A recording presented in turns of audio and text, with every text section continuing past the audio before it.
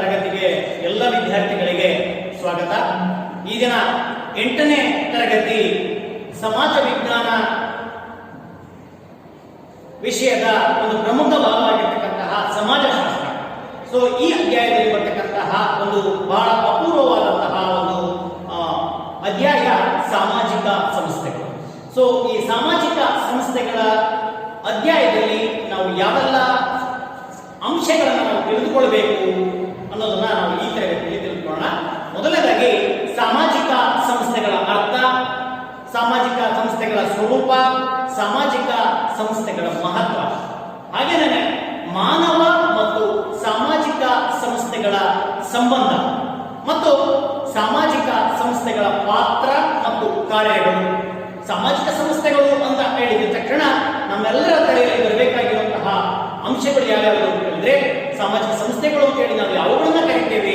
ಕುಟುಂಬ, ವಿವಾಹ, ಮತ್ತೆ ಈ ಧರ್ಮ, ಇನ್ನು ಅನೇಕ ವಿಚಾರಗಳನ್ನ ನಾವು ಸಾಮಾಜಿಕ ಸಂಸ್ಥೆಗಳು ಅಂತ ಹೇಳಿ ಕರಿತೀವಿ, ಹೌದಾ? ಸೊ ಈ ವಿಷಯಕ್ಕೆ ತಕ್ಕ ಹಾಗೆ, ಈ ವಿಷಯಕ್ಕೆ ಸಂಬಂಧಪಟ್ಟ ಹಾಗೆ ನಾವು ಈ ದಿನ ಈ ತರಗತಿಯಲ್ಲಿ ಅಧ್ಯಯನವನ್ನು ಮಾಡಬೇಕು. ಹಾಗಾದ್ರೆ ನಮ್ಮೆಲ್ಲರ ಮನಸ್ಸಿನಲ್ಲಿ ಒಂದು ಪ್ರಶ್ನೆ ಬರುತ್ತೆ, ಏನು? ಸಾಮಾಜಿಕ ಸಂಸ್ಥೆ ಅಂದ್ರೆ ಏನಾಗಲ್ಲ?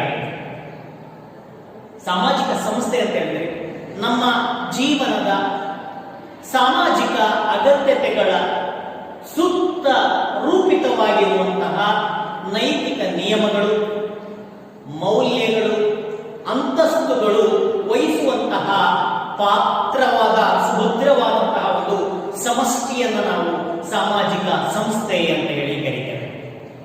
ಹಾಗಾದರೆ ಈ ಸಾಮಾಜಿಕ ಸಂಸ್ಥೆಗಳು ಅನ್ನುವ ಒಂದು ವಿಷಯಕ್ಕೆ ಸಂಬಂಧಪಟ್ಟಂತೆ ಹಲವಾರು ಸಮಾಜಶಾಸ್ತ್ರಜ್ಞರು ಅವರು ತಮ್ಮದೇ ಆದಂತಹ ವ್ಯಾಖ್ಯಾನಗಳನ್ನು ನೀಡುತ್ತಾ ಹೋಗಿದ್ದಾರೆ. ಹಾಗಾದ್ರೆ ಬಹಳ ಜನಪ್ರಿಯವಾದಂತಹ ಸಮಾಜ ಶಾಸ್ತ್ರಜ್ಞರಲ್ಲಿ ಸಮ್ನರ್ ಮತ್ತು ಕೆಲ್ಲರ್ ಅಂತ ಹೇಳಿ ಇವರಿಬ್ಬರ ಪ್ರಕಾರ ಸಾಮಾಜಿಕ ಸಂಸ್ಥೆ ಅಂದ್ರೆ ಏನು ಅಂತ ಹೇಳಿ ಅವರದೇ ಆದಂತಹ ವ್ಯಾಖ್ಯಾನದಲ್ಲಿ ಹೇಳಿಕೆ ಪ್ರಯತ್ನವನ್ನು ಮಾಡ್ತಾರೆ. ಏನು? ಜೀವಿಗಳ ಶರೀರದಲ್ಲಿ ಜೀವಕಣ ಮತ್ತು ಅಂಗಾಂಗಗಳಿರುವಂತೆ, ಅಂದ್ರೆ ಪ್ರತಿಯೊಬ್ಬರ ಜೀವನದಲ್ಲಿ ಪ್ರತಿಯೊಬ್ಬರ ದೇಹದಲ್ಲಿ ಜೀವಕಣಗಳಿದೆ, ಹಾಗೇನೆ ಹಲವಾರು ಅಂಗಾಂಗಗಳಿವೆ, ಹೌದಾ? ಸೊ ಈ ಜೀವಕಣ ಮತ್ತು ಅಂಗಾಂಗಗಳಿರುವಂತೆ ಸಮಾಜಕ್ಕೆ ಈ ಲೋಕಾರೂಢಿಗಳು ಮತ್ತು ಈ ಸಂಸ್ಥೆಗಳು ಇರುತ್ತವೆ ಅಂತ ಹೇಳಿ ಹೇಳಿದಂತವರು ಸಮ್ನರ್ ಮತ್ತು ಕೆಲ್ಲರ್. ಹಾಗಾದ್ರೆ ಮತ್ತೋರ್ವ ಸಮಾಜ ಶಾಸ್ತ್ರಜ್ಞರು ಅಂತ ಹೇಳಿದ್ರೆ ಈ ಮೆಕಾಯಿವರ್ ಮತ್ತು ಪೇಜ್, ಇವರು ಕೂಡ ಸಾಮಾಜಿಕ ಸಂಸ್ಥೆಗಳು ಅಂದ್ರೆ ಏನು ಅನ್ನೋದಕ್ಕೆ ಅವರದೇ ಆದಂತಹ ವ್ಯಾಖ್ಯಾನವನ್ನು ನೀಡಲಿಕ್ಕೆ ಪ್ರಯತ್ನವನ್ನು ಮಾಡಿದ್ದಾರೆ. ಸಾಮಾಜಿಕ ಸಂಸ್ಥೆಗಳು ಒಂದು ಗುಂಪಿನ ಚಟುವಟಿಕೆಗಳಿಗಾಗಿ ರೂಪಿಸಿಕೊಂಡಿರತಕ್ಕಂತಹ ಒಂದು ವ್ಯವಸ್ಥೆಯೇ ಸಾಮಾಜಿಕ ಸಂಸ್ಥೆ ಅಂತೇಳಿ ಮೆಕಾಯಿವರ್ ಮತ್ತು ಪೇಜ್ ಅನ್ನುವ ಇಬ್ಬರು ಸಮಾಜಶಾಸ್ತ್ರಜ್ಞರು ತಮ್ಮದೇ ಆದಂತಹ ಅಭಿಪ್ರಾಯವನ್ನ ಸಾಮಾಜಿಕ ಸಂಸ್ಥೆಯ ಬಗ್ಗೆ ನೀಡಿದ್ದಾರೆ. ಹಾಗಾದ್ರೆ ಈ ಸಾಮಾಜಿಕ ಸಂಸ್ಥೆಗಳು ಅಂತ ಹೇಳಿದ್ರೆ ಅದಕ್ಕೆ ಅದರದ್ದೇ ಆದಂತಹ ಲಕ್ಷಣಗಳಿವೆ. ಏನವು? ಹಾಗಾದ್ರೆ ಯಾವೆಲ್ಲ ಸಾಮಾಜಿಕ ಸಂಸ್ಥೆಯ ಲಕ್ಷಣಗಳು ಅಂತ ಹೇಳಿ ನಾವು ಕರೀತೇವೆ? ಮೊದಲನೇದಾಗಿ ಸಾರ್ವತ್ರಿಕತೆ. ಮತ್ತೆ ಸಾಮಾಜಿಕ ಸಂಸ್ಥೆಗಳಲ್ಲಿ ನಿಯಮಗಳಿವೆ. ಇದು ಎರಡನೇ ಸಾಮಾಜಿಕ ಸಂಸ್ಥೆಗಳ ಲಕ್ಷಣ. ಒಂದು ಸಾರ್ವತ್ರಿಕತೆ, ಎರಡನೇದು ಸಾಮಾಜಿಕ ಸಂಸ್ಥೆಗಳಲ್ಲಿ ನಿಯಮಗಳಿವೆ, ಹಾಗೆ ಮೂಲಭೂತ ಅವಶ್ಯಕತೆಗಳನ್ನ ಪೂರೈಸುತ್ತವೆ. ಹಾಗೆಯೇ ಇವು ಲಿಖಿತ ಮತ್ತು ಅಲಿಖಿತ ನೀತಿ ನಿಯಮಗಳಾಗಿವೆ, ಹಾಗೂ ಮತ್ತು ಪರಸ್ಪರ ಆಂತರಿಕ ಸಂಬಂಧವನ್ನು ಹೊಂದಿವೆ, ಹೌದಾ? ಸೊ ಇವುಗಳನ್ನ ನಾವು ಸಾಮಾಜಿಕ ಸಂಸ್ಥೆಯ ಲಕ್ಷಣಗಳು ಅಂತ ಹೇಳಿ ಕರಿತೀವಿ. ಹಾಗಾದ್ರೆ ಒಂದೇ ಲಕ್ಷಣ ನಾವು ಯಾವ್ದಾಗಿದೆ? ಸಾರ್ವತ್ರಿಕತೆ. Very good. ಹಾಗಾದ್ರೆ ಈ ಸಾರ್ವತ್ರಿಕತೆ ಏನಿದು? ಯೂನಿವರ್ಸಲೈಸೇಷನ್ ಅಂತ ಹೇಳಿ ಕರೀತೀವಿ. ಅಂದ್ರೆ ಸಾಮಾಜಿಕ ಸಂಸ್ಥೆ ಅನ್ನೋದು ಕೇವಲ ಒಂದು ಪ್ರದೇಶಕ್ಕೆ ಸೀಮಿತ ಆಗಿರುವುದಿಲ್ಲ.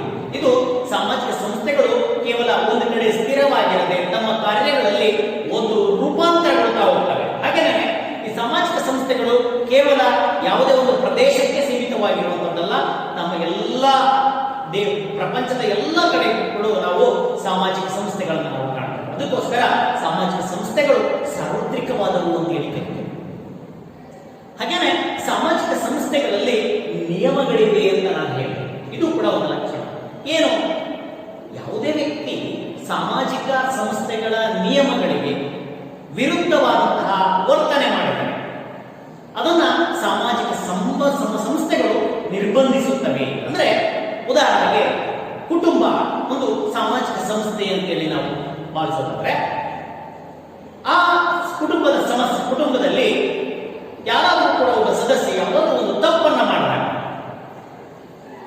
ಎಲ್ಲರಿಗೂ ಕೂಡ ವಿರುದ್ಧವಾದಂತಹ ವರ್ತನೆಯನ್ನು ತೋರಿದಾಗ ಆ ಕುಟುಂಬದ ಹಿರಿಯರಾದಂತಹ ವ್ಯಕ್ತಿಗಳು ಏನ್ ಮಾಡ್ತಾರೆ, ಅಂತಹ ನಿರ್ಬಂಧವಾದಂತಹ ಕೆಲವು ವರ್ತನೆಗಳನ್ನ ನಿರ್ಬಂಧಿಸಲಿಕ್ಕೆ ಪ್ರಯತ್ನ ಮಾಡ್ತಾರೆ. ಹೌದಾ? ಸೊ ಅದಕ್ಕೋಸ್ಕರ ಯಾಕೆ ಅಂತಂದ್ರೆ ಎಲ್ಲ ಸಾಮಾಜಿಕ ಸಂಸ್ಥೆಗಳು ಅದಕ್ಕೆ ಅದರದ್ದೇ ಆದಂತಹ ನಿಯಮಗಳಿವೆ.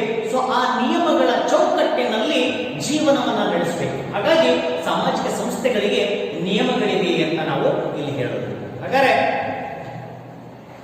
ಇನ್ನು ಪ್ರಮುಖವಾದಂತಹ ಮೂರನೇ ಲಕ್ಷಣ, ಸಾಮಾಜಿಕ ಸಂಸ್ಥೆಗಳು ಮೂಲಭೂತ ಅವಶ್ಯಕತೆಗಳ ಪೂರೈಸುತ್ತವೆ. ಬಹಳ ಪ್ರಮುಖವಾದಂತಹ ಅಂಶ. ಯಾಕೆಂತಂದ್ರೆ ಮನುಷ್ಯನಾಗಿ ಹುಟ್ಟಿದ ಮೇಲೆ ನಮಗೆ ಅನ್ನ ಅತ್ಯವಶ್ಯಕವಾದಂತಹ ವಸ್ತುಗಳು ಅಂತ ಹೇಳಿದ್ರೆ ಅನ್ನ, ಅರಿವು, ಆಸರೆ. ಹೌದಾ? ಸೊ ಇವೆಲ್ಲ ಬಹಳ ಮುಖ್ಯ. ಅಂತ ಹೇಳಿ ಕರೀತೀವಿ. ಅನ್ನ, ಅರಿವು, ಆಸರೆ. ಹೌದಾ? ಸೊ ಇವೆಲ್ಲವನ್ನು ಕೂಡ ನಾವು ಈ ಮನುಷ್ಯನಿಗೆ ಬೇಕಾದಂತಹ ಮೂಲಭೂತ ಅವಶ್ಯಕತೆಗಳು, ಇವುಗಳನ್ನೆಲ್ಲವನ್ನು ಪೂರೈಸತಕ್ಕಂತಹ ಒಂದು ಸಂಸ್ಥೆ ಅಂತ ಹೇಳಿದ್ರೆ ಅದು ಕುಟುಂಬ. ಹೌದಾ? ಸೊ ಸಮಾಜ. ಸೊ ಇದನ್ನ ನಾವು ಸಾಮಾಜಿಕ ಸಂಸ್ಥೆ ಅಂತ ಹೇಳಿ ಕರಿತೀವಿ. ಹೌದಾ? ನಮ್ಮ ವಸತಿ ಆಗಿರ್ಬೋದು, ಲೈಂಗಿಕತೆ ಆಗಿರ್ಬೋದು, ಲೈಂಗಿಕ ಬಯಕೆ ಆಗಿರ್ಬೋದು, ಸಂತಾನ ಅಭಿವೃದ್ಧಿ ಆಗಿರ್ಬೋದು, ವ್ಯಕ್ತಿತ್ವದ ಬೆಳವಣಿಗೆ, ಇವೆಲ್ಲ ಇನ್ನೂ ಮೊದಲಾದಂತಹ ನಮ್ಮ ಮೂಲಭೂತ ಅವಶ್ಯಕತೆಗಳನ್ನ ಪೂರೈಸತಕ್ಕಂಥದ್ದು ಸಾಮಾಜಿಕ ಸಂಸ್ಥೆಯ ಒಂದು ಕರ್ತವ್ಯ. ಸೊ ಈ ಅವಶ್ಯಕತೆಗಳನ್ನ ಕುರಿತಾಗಿ ನಮ್ಮ ದೇವಿ ಗುಂಡಪ್ಪನವರು ಅವರದೇ ಒಂದು ಅವರ ಕಗ್ಗದಲ್ಲಿ ಕೆಲವು ಮಾತುಗಳನ್ನು ಹೇಳ್ತಾ ಹೋಗ್ತಾರೆ. ಎಂತ ಅದ್ಭುತವಾದಂತಹ ದೇವಿ ಗುಂಡಪ್ಪನವರ ಕಗ್ಗ ಅಂತ ಹೇಳಿದ್ರೆ, ಅನ್ನದಾತುರಕ್ಕಿಂತ ಚಿನ್ನದಾತುರ ತೀಕ್ಷ್ಣ. ನೋಡ್ರಿ ಎಂತ ಅದ್ಭುತವಾದಂತಹ ಮಾತು. ಅನ್ನದಾತುರಕ್ಕಿಂತ ಚಿನ್ನದಾತುರ ತೀಕ್ಷ್ಣ, ಚಿನ್ನದಾತುರಕ್ಕಿಂತ ಹೆಣ್ಣು ಗಂಡೊಲವು, ಮನ್ನಣೆಯ ದಾಹವಿಯಲ್ಲಕಂ ತೀಕ್ಷ್ಣತಮ, ಮನ್ನಣೆಯ ದಾಹವಿಯಲ್ಲಕಂ ತೀಕ್ಷ್ಣಮಯ, ತಿನ್ನವುದರ ಆತ್ಮನೇ ಮಂಕುತಿಮ್ಮ, ತಿನ್ನವುದರ ಆತ್ಮವನೇ ಮಂಕುತಿಮ್ಮ. ನೋಡ್ರಿ ಎಂತ ಅದ್ಭುತವಾದಂತಹ ಮನುಷ್ಯ, ಎಂತ ಅದ್ಭುತವಾದಂತಹ ಮನುಷ್ಯ. ಇದರ ಅರ್ಥ ಏನಿಲ್ಲ, ಈ ಮನುಷ್ಯನಿಗೆ ಅವನ ಹಸಿವನ್ನ ತಣಿಸ್ಲಿಕ್ಕೆ ಮೊದಲನೆಯ ಕೆಲಸ, ಅವನು ಹಸಿವನ್ನ ತಣಿಸ್ಕೊಳ್ಳೋದೇ ಮೊದಲನೇ ಕೆಲಸ. ಯಾಕಂದ್ರೆ ಹೊಟ್ಟೆ ತುಂಬಿದ್ರೆ ಏನಾದ್ರು ಕೂಡ ಮಾಡ್ಲಿಕ್ಕೆ ಸಾಧ್ಯ. ಹೌದಾ? ಸೊ ಮನುಷ್ಯನಿಗೆ ಅವನು ಹಸಿವನ್ನ ತಣಿಸ್ಕೊಳ್ಬೇಕು ಫಸ್ಟ್. ಆದ್ರೆ ಹಣದ ವ್ಯಾಮೋಹ ಅದಕ್ಕಿಂತ ಇನ್ನೂ ತೀಕ್ಷ್ಣವಾಗಿದೆ. ಇಲ್ಲಿ ನಮ್ಮ ಜಗತ್ತಿನಲ್ಲಿ ಏನಿಲ್ಲ ಅಂತ ಹೇಳಿದ್ರು ಹಣದ ವ್ಯಾಮೋಹದ ಅಗತ್ಯತೆ ಬಹಳ ಇದೆ. ಸೊ ಈ ಹಣದ ವ್ಯಾಮೋಹಕ್ಕಿಂತ ಮಿಗಿಲಾದ ಯಾವ್ದಾಗ್ತದೆ? ಹೆಣ್ಣು ಗಂಡುಗಳು ಅನ್ನೋ ಒಂದು ಒಲವು. ಹೌದಾ? ಸೊ ಇದು ಕೂಡ ಅದಕ್ಕಿಂತ ತೀಕ್ಷ್ಣವಾಗಿರುತ್ತೆ. ಇನ್ನ ಪ್ರೀತಿ ಮತ್ತು ಆಕರ್ಷಣೆ, ಇವುಗಳೆಲ್ಲವನ್ನು ನಾವು ಮೀರಿದಂತಹ ದಾಹ ಅವನಿಗೆ ಸಮಾಜದಲ್ಲಿ ಮಾನ್ಯತೆಯನ್ನ ಪಡೆಯಬೇಕು ಅನ್ನೋದು, ಕೀರ್ತಿಯ ಮೋಹ ಅವನ ಆತ್ಮವನ್ನೇ ತಿನ್ನುತ್ತದೆ ಅನ್ನೋ ಒಂದು ಅರ್ಥದಲ್ಲಿ ನಮ್ಮ ಡಿ ವಿ ಗುಂಡಪ್ಪನವರು ಈ ಒಂದು ಕಗ್ಗವನ್ನ ನಮಗೆ ಪರಿಚಯ ಹೇಳುತ್ತ ಕಗ್ಗದ ಮೂಲಕ ನಮಗೆ ಅದರ ಮಹತ್ವವನ್ನ, ಮೂಲಭೂತ ಅವಶ್ಯಕತೆಗಳ ಮಹತ್ವವನ್ನ ಇಲ್ಲಿ ಹೇಳ್ತಾ ಹೋಗ್ತಾರೆ. ಹಾಗೇನೆ ಇನ್ನೊಂದು ಲಿಖಿತ ಮತ್ತು ಅಲಿಖಿತ ನೀತಿ ನಿಯಮಗಳು, ಇದು ಕೂಡ ಸಾಮಾಜಿಕ ಸಂಸ್ಥೆಯ ಲಕ್ಷಣಗಳು ಅಂತ ಹೇಳ್ತೀವಿ. ಅಂದ್ರೆ ಸೊ ಲಿಖಿತ ಮತ್ತು ಅಲಿಖಿತ ಬರವಣಿಗೆಯ ಮೂಲಕವಾಗಿ ನಾವು ಒಂದು ಚೌಕಟ್ಟುಗಳನ್ನ, ನಿಯಮಗಳನ್ನ ಹಾಕೊಂಡಿರ್ತೀವಿ. ಮತ್ತು ಅಲಿಖಿತವಾದಂತಹ ಅಂದ್ರೆ ಮೌಖಿಕವಾಗಿ ಹೇಳ್ತಕ್ಕಂಥ ಕೆಲವು ನಿಯಮಗಳಿವೆ. ಅಂದ್ರೆ ನಾವು ಹಿಂದಿನಿಂದಲೂ ಕೂಡ ಬಂದಂತಹ ಈ ಪರಂಪರೆಗಳು, ಲೋಕಾರೂಢಿಗಳು, ನೈತಿಕ ನಿಯಮಗಳು, ಕಟ್ಟುಪಾಡುಗಳು. ಹೌದಾ? ಸೊ ಇವೆಲ್ಲ ಯಾರು ಕೂಡ ಬರವಣಿಗೆಯ ರೂಪದಲ್ಲಿ ಇರುವುದಿಲ್ಲ, ಇವೆಲ್ಲ ಲಿಖಿತ ರೂಪದಲ್ಲಿರ್ತವೆ. ಹೌದಾ? ಸೊ ಹಾಗಾಗಿ ಇನ್ನ ಪರಸ್ಪರ ಆಂತರಿಕ ಸಂಬಂಧ. ಹೌದಾ? ಸೊ ಈ ಪರಸ್ಪರ ಆಂತರಿಕ ಸಂಬಂಧ ಕೂಡ ಸಾಮಾಜಿಕ ಸಂಸ್ಥೆಯ ಒಂದು ಪ್ರಮುಖವಾದಂತಹ ಲಕ್ಷಣ.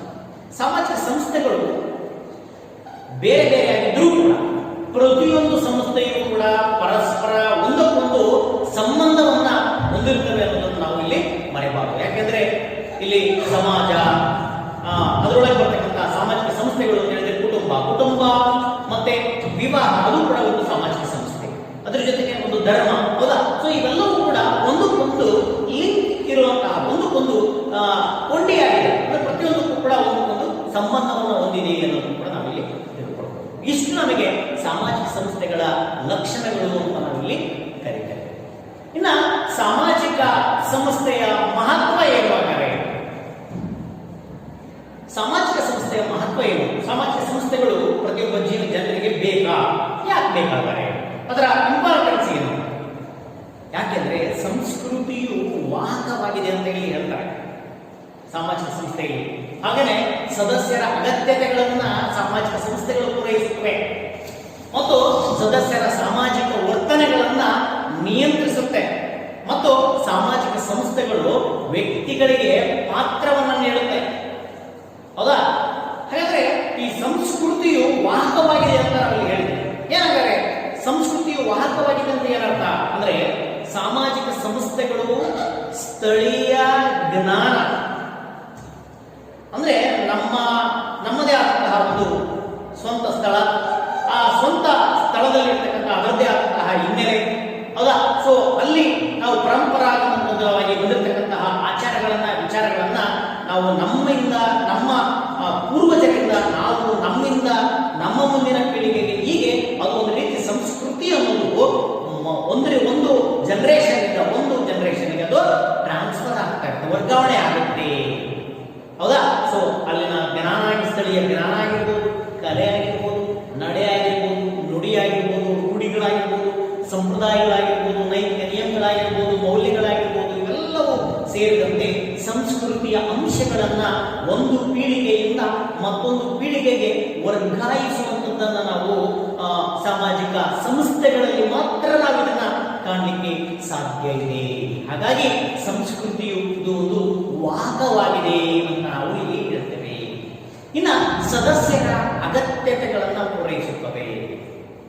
ಏನು ಸದಸ್ಯರು ಅಂದ್ರೆ ಸಾಮಾಜಿಕ ಸಂಸ್ಥೆಗಳಲ್ಲಿ ಇರ್ತಕ್ಕಂತಹ ಸದಸ್ಯರು, ಕುಟುಂಬ ಉದಾಹರಣೆ, ಹೌದಾ? ಸೊ ಅಲ್ಲಿರ್ತಕ್ಕಂತಹ ಸದಸ್ಯರು, ವಿವಾಹ, ಅಲ್ಲಿರ್ತಕ್ಕಂತಹ ಸದಸ್ಯರು, ಧರ್ಮ, ಹೌದಾ? ಇವೆಲ್ಲರೂ ಕೂಡ ಮಾನವನ ಒಂದು ಸಂಬಂಧಗಳಿಂದ ಕೂಡಿರ್ತಕ್ಕಂತಹ ಸಾಮಾಜಿಕ ಸಂಸ್ಥೆಗಳು ಇಲ್ಲಿ ಸದಸ್ಯರ ಅಗತ್ಯತೆಗಳನ್ನ ಇಲ್ಲಿ ಪೂರೈಸುತ್ತವೆ. ಅಂದ್ರೆ ಸಾಮಾಜಿಕ ಸಂಸ್ಥೆಗಳು ಮಾನವನ ಮಾನಸಿಕ, ದೈಹಿಕ, ಸಾಮಾಜಿಕ, ಆರ್ಥಿಕ, ಭೌತಿಕ ಅವಶ್ಯಕತೆಗಳೇನಿದಾವಲ್ಲ ಅವುಗಳನ್ನ ಈಡೇರಿಸುವಂಥದ್ದು ಈ ಸಾಮಾಜಿಕ ಸಂಸ್ಥೆಗಳ ಕೆಲಸ. ಹೌದಾ? ಹಾಗೇನೆ ಸಾಮಾಜಿಕ ಸಂಸ್ಥೆಯ ಮಹತ್ವ ಮತ್ತೊಂದು ಏನು ಪ್ರಮುಖವಾಗಿದ್ದು ಅಂದ್ರೆ ಸದಸ್ಯರ ಸಾಮಾಜಿಕ ವರ್ತನೆಗಳನ್ನ ನಿಯಂತ್ರಿಸುತ್ತೆ. ಇದು ಬಹಳ ಪ್ರಮುಖವಾದಂತಹ ವಿಚಾರ. ಸಾಮಾಜಿಕ ಸಂಸ್ಥೆಗಳು ನಮಗೆ ಉತ್ತಮ ಸಾಮಾಜಿಕ ಸಂಸ್ಥೆಗಳು ನಮಗೆ ಏನು ಹೇಳಿಕೊಡುತ್ತೆ? ಉತ್ತಮ ನಡವಳಿಕೆಗಳು ಯಾವ್ಯಾವ, ತಪ್ಪು ನಡವಳಿಕೆಗಳು ಅಂದ್ರೆ ಒಂದು ಕುಟುಂಬ ಅಂತ ಹೇಳಿದ್ರೆ ಅಲ್ಲಿ ಹಿರಿಯರಾದಂಥವರು ತಮ್ಮ ಮಕ್ಕಳಿಗೆ ತಮ್ಮ ನಿಜ ಜೀವನದಲ್ಲಿ ಯಾವೆಲ್ಲ ರೀತಿ ಇರಬೇಕು ಅನ್ನೋದನ್ನ ತಂದೆ ತಾಯಿಗಳು ಹೇಗೆ ನಡೆದುಕೊಳ್ತಾರೋ ಅದನ್ನ ಮಕ್ಕಳು ಅನುಕರಿಸುವುದರ ಮೂಲಕ ಆ ಸಾಮಾಜಿಕ ವರ್ತನೆಗಳನ್ನ ತಮ್ಮ ಪೂರ್ವಜರಿಂದ ನೋಡಿ ಕಲಿತುಕೊಂಡು ಅದನ್ನ ತಮ್ಮ ಜೀವನದಲ್ಲಿ ರೂಢಿಸಿಕೊಳ್ತಾ ಹೋಗ್ತಾರೆ. ಹೌದಾ? ಆಕಸ್ಮಿಕವಾಗಿ ಆ ಒಂದು ನಡವಳಿಕೆಗಳು ತಪ್ಪಿದಂತಹ ಸಂದರ್ಭದಲ್ಲಿ ಅವುಗಳನ್ನ ನಿಯಂತ್ರಣವನ್ನು ಮಾಡ್ತಕ್ಕಂಥ ಸಂದರ್ಭದಲ್ಲಿ ಆ ಒಂದು ಸಾಮಾಜಿಕ ಸಂಸ್ಥೆಯ ಪಾತ್ರ ಬಹಳ ಪ್ರಮುಖವಾಗಿ ಇರುತ್ತೆ. ಹೌದಾ? ಸೊ ಇನ್ನ ನೋಡಿ, ನಾವು ಸಾಮಾನ್ಯವಾಗಿ ಈ ಸಾಮಾಜಿಕ ಸಂಸ್ಥೆಗಳಲ್ಲಿ ಕೆಟ್ಟ ಅಭ್ಯಾಸಗಳನ್ನು ನಾವು ನೋಡ್ತೇವೆ. ಒಂದು ಕುಟುಂಬ ಅಂತ ಹೇಳಿದಾಗ ಸೊ ಅಲ್ಲಿ ಕುಟುಂಬದಲ್ಲಿ ಅನೇಕ ಜನರುಗಳನ್ನ ನಾವು ಅನೇಕ ಸದಸ್ಯರುಗಳನ್ನ ನಾವು ನೋಡ್ತೇವೆ. ಹೌದಾ? ಸಾಮಾನ್ಯವಾಗಿ ಈ ದುಶ್ಚಟಕ್ಕೆ ಬಿದ್ದಂತಹ ಯಾವುದೋ ಕುಟುಂಬದ ಸದಸ್ಯ ಆಗ್ತಾನೆ. ಹೌದಾ? ಸೊ ಅಂತಹ ಕೆಟ್ಟ ಚಟಗಳಿಗೆ ಬಿದ್ದಂತಹ ಒಬ್ಬ ವ್ಯಕ್ತಿಯನ್ನ ಅವುಗಳನ್ನ ನಿಯಂತ್ರಿಸತಕ್ಕಂಥದ್ದು ಉಳಿದ ಕುಟುಂಬದ ಸದಸ್ಯರ ಜವಾಬ್ದಾರಿಯಾಗಿರುತ್ತೆ. ಹೌದಾ? ಸೊ ಈ ರೀತಿ ಆ ಸದಸ್ಯರ ನಡವಳಿಕೆಗಳನ್ನ ತಿದ್ದಲಿಕ್ಕೆ ಪ್ರಯತ್ನವನ್ನ, ಆ ವರ್ತನೆಯನ್ನು ಬದಲಾವಣೆ ಮಾಡತಕ್ಕಂತಹ ಪ್ರಯತ್ನವನ್ನ ಸಾಮಾಜಿಕ ಸಂಸ್ಥೆಗಳು ಮಾಡುತ್ತವೆ. ಹಾಗೇನೆ ಮತ್ತೊಂದು ಸಾಮಾಜಿಕ ಸಂಸ್ಥೆಗಳು ವ್ಯಕ್ತಿಗಳಿಗೆ ಪಾತ್ರ ನೀಡುತ್ತವೆ ಅಂತ ಹೇಳ್ತವೆ. ಏನು ವ್ಯಕ್ತಿಗಳಿಗೆ ಪಾತ್ರ ನೀಡುತ್ತವೆ? ಹಾಗಾದ್ರೆ ನಮ್ಗಂದ್ರೆ ಏನು ಅಂದ್ರೆ ಸಾಮಾಜಿಕ ಸಂಸ್ಥೆಗಳು ತನ್ನ ಭಾಗವಾದ ಸದಸ್ಯರನ್ನ ಅವರ ವಯಸ್ಸಿಗೆ ಅನುಗುಣವಾಗಿ ತಮ್ಮದೇ ಆದಂತಹ ಅಂತಸ್ತು ಮತ್ತು ಪಾತ್ರಗಳನ್ನ ನೀಡುತ್ತೆ. ಅಂದ್ರೆ ಕುಟುಂಬದಲ್ಲಿ ನಾವು ಅನೇಕ ಸದಸ್ಯರುಗಳು ಇರುತ್ತವೆ. ಹೌದಾ? ಸೊ ಸೊ ಮನೆಯ ಹಿರಿಯ ಇರ್ತಾನೆ, ಆ ಹಿರಿಯನ ಪಾತ್ರ ಇದೆ. ಇಡೀ ಮನೆಯ ಎಲ್ಲ ಜವಾಬ್ದಾರಿಯ ನಿರ್ವಹಣೆ, ಹೌದಾ? ಸೊ ಹಾಗೇನೆ ಮತ್ತೆ ಮಹಿಳೆಯರ ಪಾತ್ರ ಏನಲ್ಲಿ, ಹೌದಾ? ಸೊ ಅವರ ಜವಾಬ್ದಾರಿ, ಮಕ್ಕಳ ಪಾತ್ರ ಏನು, ಶಿಕ್ಷಣ, ವಿದ್ಯಾಭ್ಯಾಸ, ಉದ್ಯೋಗ, ಮನೆಯ ಜವಾಬ್ದಾರಿ, ಅಡುಗೆ ಕೆಲಸ, ವ್ಯವಸಾಯ, ಕೃಷಿ, ಹೌದಾ? ಇವುಗಳೆಲ್ಲವನ್ನು ಕೂಡ ನಿರ್ವಹಿಸತಕ್ಕಂತಹ ಬೇರೆ ಬೇರೆ ಕೆಲಸಗಳನ್ನ ಒಬ್ಬೊಬ್ಬರು ಕೂಡ ಎಲ್ಲರೂ ಕೂಡ ಅವರದೇ ಆದಂತಹ ಪಾತ್ರವನ್ನ ಇಲ್ಲಿ ನಾವು ಸಾಮಾಜಿಕ ಸಂಸ್ಥೆಗಳಲ್ಲಿ ನಾವು ಕಾಣುತ್ತೇವೆ. ಆದರೆ ಇಷ್ಟು ನಾವು ಸಾಮಾಜಿಕ ಸಂಸ್ಥೆಗಳ ಮಹತ್ವವನ್ನು ನಾವು ಅರಿತಿದ್ದೇವೆ. ಸಾಮಾಜಿಕ ಸಂಸ್ಥೆಗಳ ಪಾತ್ರ ಏನು ಮತ್ತು ಅದರ ಕಾರ್ಯಗಳೇನು ಅಂತ ಹೇಳಿ ನಾವು ನೋಡಿದಾಗ, ಪ್ರಮುಖವಾಗಿ ನಾವು ಸಾಮಾಜಿಕ ಸಂಸ್ಥೆಯ ಕಾರ್ಯಗಳನ್ನ ನಾವು 3 ಭಾಗಗಳಾಗಿ ವಿಂಗಡಿಸ್ತೇವೆ. ಒಂದು ಕುಟುಂಬದ ಕಾರ್ಯಗಳು, ಎರಡನೆಯದು ವಿವಾಹದ ಕಾರ್ಯಗಳು, ಮತ್ತೊಂದು ಧರ್ಮದ ಕಾರ್ಯಗಳು. ಈ ರೀತಿ ಪ್ರಮುಖವಾಗಿ 3 ಭಾಗಗಳಾಗಿ ನಾವು ಈ ಸಾಮಾಜಿಕ ಸಂಸ್ಥೆಯ ಕಾರ್ಯಗಳನ್ನು ವಿಂಗಡಿಸ್ತೇವೆ. ಮೊದಲನೇದಾಗಿ ಈ ಕುಟುಂಬದ ಕಾರ್ಯಗಳು. ಏನು ಕುಟುಂಬದ ಕಾರ್ಯಗಳು? ಒಂದು ಕುಟುಂಬದ ಕೆಲಸ ಏನಾಗುತ್ತೆ, ಯಾವ ರೀತಿ ಅದು ತನ್ನ ಜವಾಬ್ದಾರಿಯನ್ನು ನಿರ್ವಹಿಸ್ತಾ ಹೋಗುತ್ತೆ. ಮೊದಲನೇದಾಗಿ ಆ ಕುಟುಂಬದ ಸದಸ್ಯರ ಪೋಷಣೆಯನ್ನು ಮಾಡುತ್ತೆ, ಅದು ಅದರ ಪ್ರಮುಖವಾದಂತಹ ಜವಾಬ್ದಾರಿ. ಕುಟುಂಬವು ತನ್ನ ಎಲ್ಲ ಸದಸ್ಯರ ಪೋಷಣೆಯ ಪ್ರಮುಖವಾದಂತಹ ಒಂದು ತಾಣ. ಕುಟುಂಬವು ನಾವು ಜನಿಸಿದ ದಿನದಿಂದ ನಮ್ಮ ಪಾಲನೆಯನ್ನ, ಪೋಷಣೆಯನ್ನ ಕೂಡ ಮಾಡ್ತಕ್ಕಂಥ ಜವಾಬ್ದಾರಿ ಕುಟುಂಬದಾಗಿದೆ. ಕುಟುಂಬದಲ್ಲಿ ಇರುವಂತಹ ಅನೇಕ ಸದಸ್ಯರು, ಅಜ್ಜಿ ಇರ್ತಾರೆ, ತಾತ ಇರ್ತಾರೆ, ಅಪ್ಪ ಇರ್ತಾರೆ, ಅಮ್ಮ ಇರ್ತಾರೆ, ಹೌದಾ? ಇವರೆಲ್ಲ ನಮ್ಮ ಪ್ರತಿ ಕ್ಷಣದಲ್ಲಿಯೂ ಕೂಡ ಎಚ್ಚರಿಕೆಯಿಂದ ನೋಡಿಕೊಂಡು ನಾವು ಚಿಕ್ಕ ಮಕ್ಕಳಿಂದ ದೊಡ್ಡರಾಗುವವರೆಗೆ ನಮ್ಮ ಎಲ್ಲ ಅವಶ್ಯಕತೆಗಳನ್ನ ನೀಡಿ ನಮ್ಮನ್ನ ಪೋಷಿಸ್ತಾ ಬಂದಿರ್ತಾರೆ, ಹೌದಾ? ಸೊ ಅದಕ್ಕೋಸ್ಕರನ ಇದು ಬಹಳ ಪ್ರಮುಖವಾದಂತಹ ಒಂದು ಅಂಶ, ಸದಸ್ಯರ ಪೋಷಣೆ. ಕುಟುಂಬ ತನ್ನ ಎಲ್ಲ ಸದಸ್ಯರನ್ನ ಅವರಿಗೆ ಅಗತ್ಯವಾದಂತಹ ಸಂದರ್ಭದಲ್ಲಿ ಪೋಷಣೆ ಮಾಡ್ತಾ ಹೋಗುತ್ತೆ. ಉದಾಹರಣೆಗೆ, ಕುಟುಂಬದ ಸದಸ್ಯರಲ್ಲಿ ಯಾರಾದರೂ ಅನಾರೋಗ್ಯಕ್ಕೀಡಾದ್ರೆ ತಕ್ಷಣ ಅವರಿಗೆ ಬೇಕಾದಂತಹ ರೀತಿಯಲ್ಲಿ ಆ ಚಿಕಿತ್ಸೆಯನ್ನು ಕೊಡಿಸ್ತಕ್ಕಂತಹ ಕೆಲಸ. ಹಿರಿಯರು ತಮ್ಮ ಮುಪ್ಪಿನ ವಯಸ್ಸಿನಲ್ಲಿ ಅಶಕ್ತರಾದಂತಹ ಸಂದರ್ಭದಲ್ಲಿ ಕುಟುಂಬ ಅವರ ಪೋಷಣೆ, ಪಾಲನೆಯನ್ನು ಮಾಡ್ತಕ್ಕಂತಹ ರೀತಿಗಳು, ಇವೆಲ್ಲ ಸದಸ್ಯರ ಒಂದು ಜವಾಬ್ದಾರಿಯನ್ನು ಹೇಳುತ್ತೆ, ಹೌದಾ? ಇನ್ನ ಕುಟುಂಬದ ಕಾರ್ಯಗಳಲ್ಲಿ ಮತ್ತೊಂದು ಬಹಳ ಪ್ರಮುಖವಾದದ್ದು ಅಂದ್ರೆ ಭದ್ರತೆ ಮತ್ತು ಸಾಮಾಜೀಕರಣ. ನೋಡಿ, ಮನುಷ್ಯನ ತಪ್ಪು ಮಾಡ್ತಾನೆ. ಆ ತಪ್ಪು ಮಾಡಿದಂತಹ ಸಂದರ್ಭದಲ್ಲಿ ಕುಟುಂಬದ ಹಿರಿಯರಾದಂತಹ ಜವಾಬ್ದಾರಿಯನ್ನು ನಿರ್ವಹಿಸತಕ್ಕಂಥ ಒಬ್ಬ ವ್ಯಕ್ತಿ ಯಾವೆಲ್ಲ ರೀತಿ ಮನುಷ್ಯ ಆ ವ್ಯಕ್ತಿಯನ್ನ ತಿದ್ದಬೇಕು, what is right and what is wrong, ಅದು ಬಹಳ ಪ್ರಮುಖವಾದದ್ದು, ಹೌದಾ? ಏನು ತಪ್ಪು, ಯಾವುದು ಸರಿ, ಯಾವುದು ತಪ್ಪು, ಕುಟುಂಬದ ಸದಸ್ಯರಲ್ಲಿ, ಮಕ್ಕಳಿಗೆ ಸಮಾಜದಲ್ಲಿ ಹೇಗೆ ವ್ಯವಹರಿಸಬೇಕು, ಹೇಗೆ ನಡೆದುಕೊಳ್ಳಬೇಕು ಇತ್ಯಾದಿಗಳನ್ನ ಸಾಮಾಜೀಕರಣದ ಮೂಲಕ ಕುಟುಂಬ ಕಲಿಸುತ್ತೆ. ಕುಟುಂಬ ನಮ್ಮ ಎಲ್ಲ ಸದಸ್ಯರಿಗೆ ಎಲ್ಲ ರೀತಿಯ ಸಾಮಾಜಿಕ ಭದ್ರತೆಗಳನ್ನು ನೀಡುತ್ತೆ. ಅಂದ್ರೆ ಮಕ್ಕಳಿಗೆ ಶಿಕ್ಷಣ ನೀಡುತ್ತೆ, ಅನಾರೋಗ್ಯ ಸಮಯದಲ್ಲಿ ಆರೈಕೆ ಮಾಡುತ್ತೆ, ಉದ್ಯೋಗ ಪಡೆಯಲು ಬೇಕಾದ ಸಂದರ್ಭದಲ್ಲಿ ಬೆಂಬಲವನ್ನು ನೀಡುತ್ತೆ, ಹೌದಾ? ಸೊ ಎಲ್ಲವೂ ಕೂಡ ಸಮಾಜದ ಈ ಪ್ರಮುಖ ಕುಟುಂಬದ ಕಾರ್ಯಗಳು. ಇನ್ನ ಎರಡನೆಯ ಪ್ರಮುಖವಾದಂತಹ ಸಾಮಾಜಿಕ ಸಂಸ್ಥೆಯ ಕಾರ್ಯ ಹೇಳಿದ್ರೆ ವಿವಾಹದ ಕಾರ್ಯಗಳು. ನೋಡಿ, ಪ್ರತಿಯೊಬ್ಬರು ಕೂಡ ನಾವೆಲ್ಲ ಸಾಮಾಜಿಕ ಸಂಸ್ಥೆಯ ಒಳಗಡೆ ಇರತಕ್ಕಂತಹ ಸದಸ್ಯರು. ಸಾಮಾಜಿಕ ಸಂಸ್ಥೆಗಳಲ್ಲಿ ಯಾವೆಲ್ಲ ಘಟನೆಗಳು ನಡೆಯುತ್ತಿರುತ್ತೆ ಅನ್ನೋದೆಲ್ಲ ನಮಗೆ ಗೊತ್ತಿದೆ, ಹೌದಾ? ಅದರಲ್ಲಿ ವಿವಾಹದ ಕಾರ್ಯ ಕೂಡ ಬಹಳ ಪ್ರಮುಖವಾದಂತಹ ಕಾರ್ಯ ಸಾಮಾಜಿಕ ಸಂಸ್ಥೆಗಳಲ್ಲಿ. ಇದರ ಒಂದು ಪ್ರಮುಖವಾದಂತಹ ಅಂಶಗಳು ಯಾವ್ಯಾವುದು ಹೇಳಿದ್ರೆ, ವಿವಾಹ ಕಾರ್ಯಗಳಲ್ಲಿ ಸಾಮಾಜಿಕ ಅನುಮತಿ ಬಹಳ ಪ್ರಮುಖ.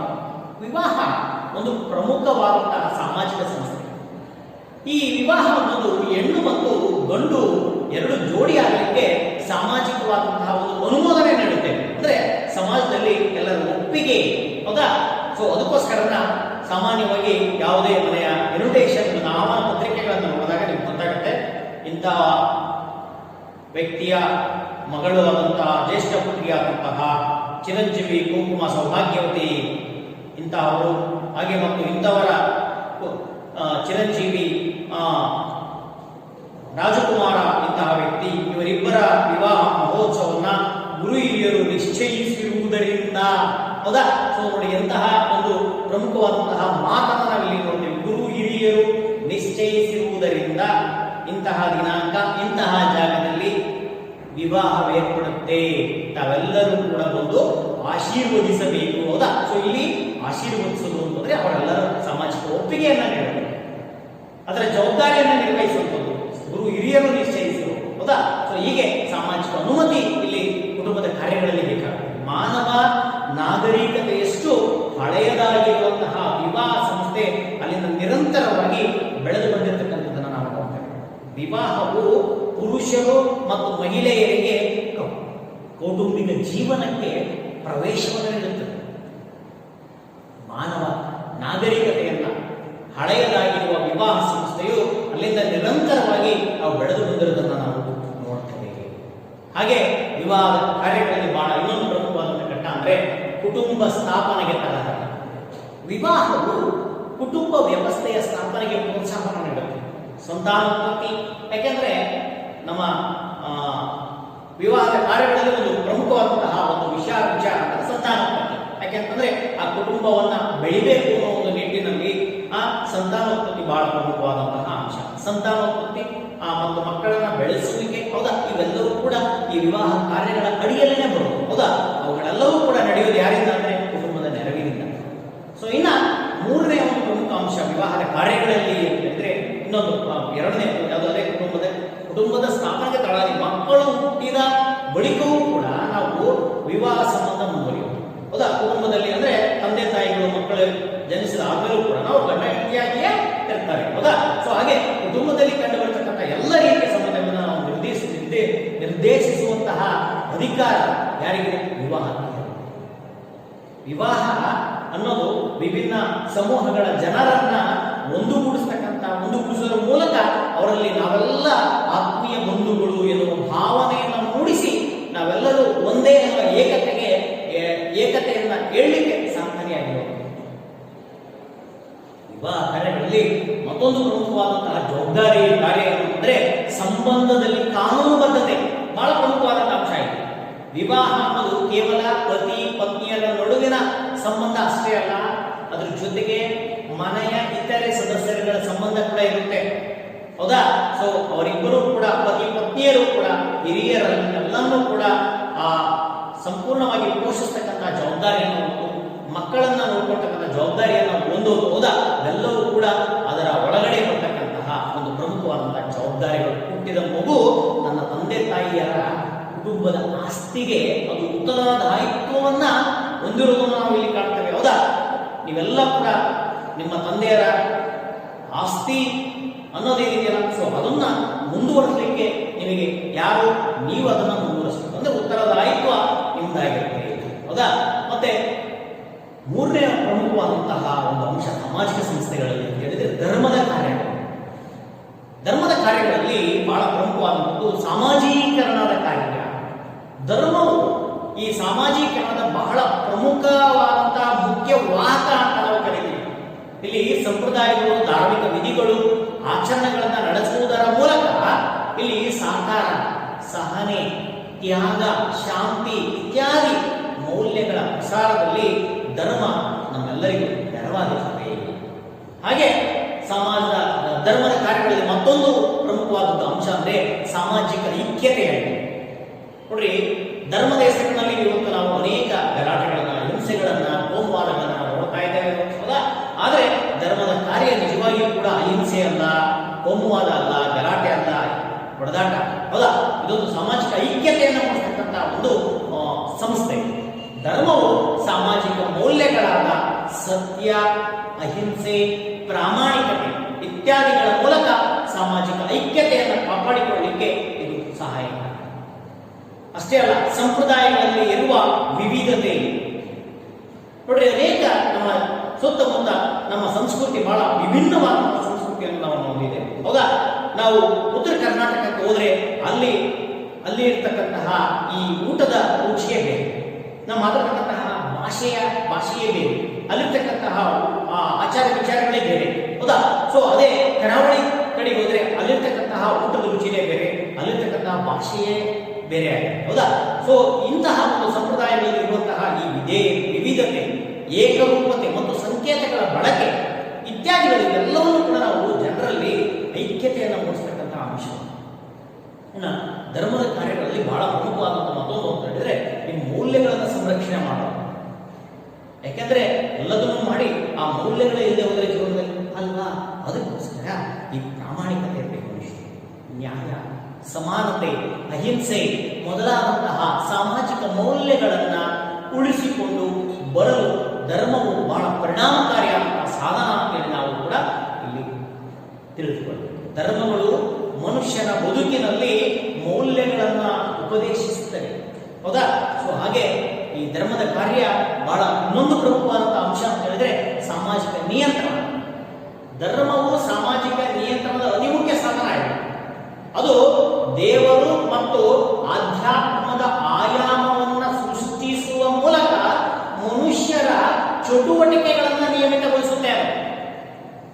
ನಾವು ನೈತಿಕವಾಗಿರಲಿಕ್ಕೆ, ಶಿಸ್ತಿನಿಂದ ಇರಲಿಕ್ಕೆ ಮತ್ತು ಸಮಾಜದ ಸಾಮಾಜೀಕೃತ ಪ್ರಜೆಯಾಗಿರಲಿಕ್ಕೆ ಧರ್ಮ ನಮಗೆ ನೆರವಾಗುತ್ತೆ, ಹೌದಾ? ಸೊ ಇಷ್ಟೆಲ್ಲ ನಾವು ಈ ಸಾಮಾಜಿಕ ಸಂಸ್ಥೆ ಅನ್ನುವ ವಿಚಾರದ ಬಗ್ಗೆ ನಾವು ತಿಳ್ಕೊಳ್ಳೋಣ. ಸಾಮಾಜಿಕ ಸಂಸ್ಥೆ ಅಂತಂದ್ರೆ ಸಾಮಾಜಿಕ ಸಂಸ್ಥೆಗಳು ಯಾವ್ಯಾವು, ಸಾಮಾಜಿಕ ಸಂಸ್ಥೆಗಳ ಲಕ್ಷಣಗಳೇನು, ಹೌದಾ? ಸಾಮಾಜಿಕ ಸಂಸ್ಥೆಗಳ ವಿಭಿನ್ನ ಕಾರ್ಯಗಳೇನು, ಅದರ ಮಹತ್ವವೇನು, ಇವೆಲ್ಲ ಅಂಶಗಳನ್ನ ಈ ಅಧ್ಯಾಯದಲ್ಲಿ ನಾವು ಇವತ್ತು ತಿಳ್ಕೊಂಡಿದ್ದೇವೆ. ಈ ಒಂದು ವಿಡಿಯೋವನ್ನ ನೀವು ನೋಡಿ ಮತ್ತೊಮ್ಮೆ ಅರ್ಥ ಆಗೋದನ್ನ ರಿಪೀಟ್ ಮಾಡಿ ನೋಡ್ರಿ ಅಂತ ಹೇಳ್ತಾ ನನ್ನ ತರಗತಿಗಳಿಗೆ